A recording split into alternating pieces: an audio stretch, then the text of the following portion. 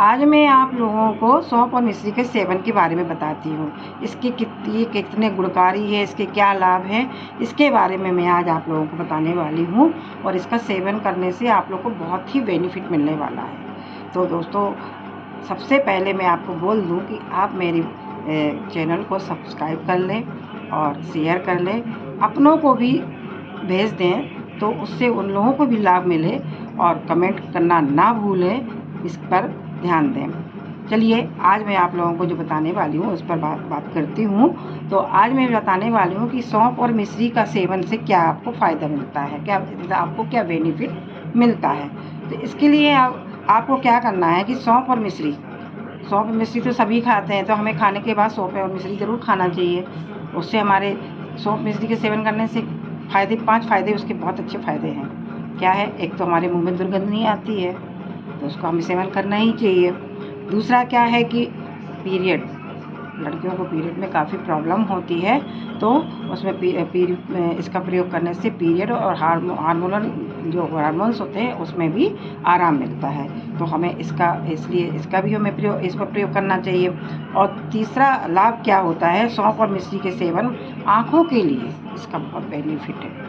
आँखों में भी इसमें बहुत ही लाभ मिलता है, बहुत ही इसके अच्छे रिजल्ट रहते हैं। तो सौंफ मिश्री खाने में कोई बुराई तो है नहीं है, अपन इसको यूज़ तो कर ही सकते हैं। और नंबर 4 इसका जो फ़ायदा है, इससे ये तो सबको ही पता है, इसकी दुर्गंध नहीं आती है।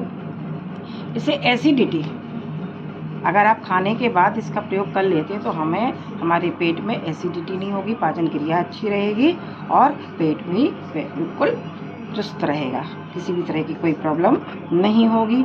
ये माउथ वॉश का ही काम करता है। लोग माउथ वॉश बाज़ार से आके खरीदते हैं। अरे भैया, अपने घर में जब उपलब्ध घरेलू चीज़ें हैं तो क्यों ना हम अपने माउथ वॉश का ही यूज़ करें। सौंफ से अच्छा माउथ वॉश क्या होगा। सौंफ और मिश्री लीजिए खाना के बाद, फिर देखिए मज़ा, मुँह कितना साफ़ रहता है और कोई भी दुर्गंध नहीं आने वाली है। और इससे मानसिक तनाव भी दूर रहता है। तो ये अपने घरेलू आइटम है, इसका प्रयोग करने में कोई बुराई नहीं है। यदि लाभ नहीं तो हानि भी नहीं, बट लाभ ही मिलेगा, हानि तो होने वाली नहीं है। घर की चीज़ें हैं, आप तो प्रतिदिन खाते ही हैं, कहीं किसी में। तो इसका प्रयोग अधिक से अधिक अपने खाने के बाद, अपने भोजन के बाद ज़रूर लें। दोपहर में भी ले सकते हैं इसको, रात में भी ले सकते हैं, कोई विशेष नहीं है। इसको कुछ करना भी नहीं है, ना आपको कुछ बनाना है, ना आपकी कुछ मेहनत लगनी है, बस आपको यूज़ करना है, आपको खाना ही तो है।